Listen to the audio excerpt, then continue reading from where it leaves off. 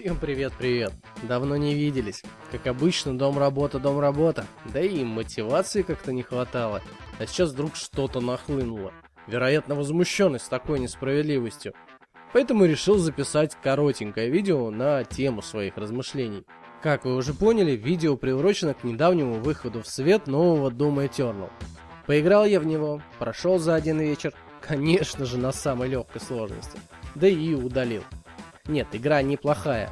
Желания выйти из игры до окончания кампании не было. Но и исследовать и зарабатывать все достижения тоже не рвался.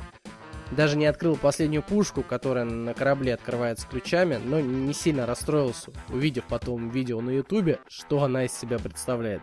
Но суть не в этом. Поиграв в очередной Doom, у меня появился вопрос: а почему именно Doom?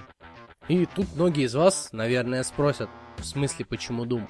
А что еще? На что я отвечу: например, Еретик и его сюжетное продолжение Hexen. И опять же, большинство, вероятно, спросит: чего? Если вкратце, то это серия игр, которая издавалась той же ID Software, которая и подарила нам Doom. Но с одним отличием. Это фэнтези мир.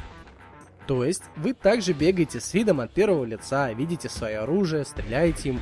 Но вместо пистолетов, автоматов, лазерных винтовок у вас различные магические посохи, каждый из которых по-своему интересно стреляет, а также магические перчатки и самое приближенное к обычному миру шутеров — арбалет. И все это в Еретике. В продолжении же, а именно в игре под названием Hexen, с набором оружия еще интереснее. То есть у вас всего 4 типа пушек. Но под каждый класс свои наборы, так сказать, огнестрельного. Воин начинает с железными перчатками, далее у него магический топор, молот и, наконец, меч, которые могут использоваться как в ближнем бою, так и в дальнем. Клерик начинает с булавой, а дальше различные посохи и магия огня. Маг же начинает с магическим посохом, далее заклинание холода, молния и завершает опять же посохом. Да, совершенно верно. В игре есть выбор классов, за которым можно играть. Воин, клерик и маг. И у каждого из них свой арсенал. Также, помимо стандартного арсенала, в игре присутствуют и другие элементы РПГ, а именно сбор различных предметов, которые впоследствии будут помогать по игре, такие как бутылки здоровья, факел для освещения местности и различного рода усиления или иными словами бустеры. В итоге, что мы получаем? Шутер, в котором основная тематика — это фэнтези, от набора вооружений до НПЦ, которых этим вооружением нам придется истреблять, так еще и с элементами РПГ в виде инвентаря с используемыми предметами. Кто из вас в первые 5 секунд сможет вспомнить хотя бы одну игру, которая может этим же похвастаться? Лично мне на ум ничего не приходит. Если же вы все-таки вспомнили что-либо, напишите, пожалуйста, в комментарии, потому что мне очень интересно, что же еще похожего есть в мире. И тут мы перешли к сути видео. Так почему же именно Doom сейчас так популярен? И любимые нами ID Software продолжают делать игры именно по этой серии? Хотя по факту аналогичных этой игре, мягко говоря, очень много. Ибо сомневаюсь, что у кого-то при слове шутер возникнет ассоциация не с винтовками или пистолетами.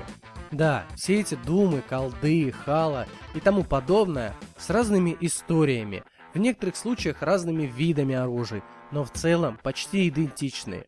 Жаль, что ответ на этот вопрос я смогу получить, наверное, лишь в своих мечтах. Но есть и другой вопрос, который меня тревожит, но на который ответ я все же смогу получить, благодаря вам. Неужели я единственный, кто хотел бы видеть именно Еретик и Hexen в новой графике и с новой историей, а не стандартные стрелялки а-ля Doom? Ну что ж, надеюсь, что нет, и если есть хоть один единомышленник, который разделяет мое мнение в этом вопросе, напиши в комментарии, дай мне знать, что я не один такой индивидуум. Для всех остальных же спасибо, что уделили время этому ролику, и очень надеюсь, что если он и не вызвал у вас каких-то положительных эмоций, то хотя бы не спровоцировал негативные. Всем удачи, и надеюсь, что еще увидимся. Пока.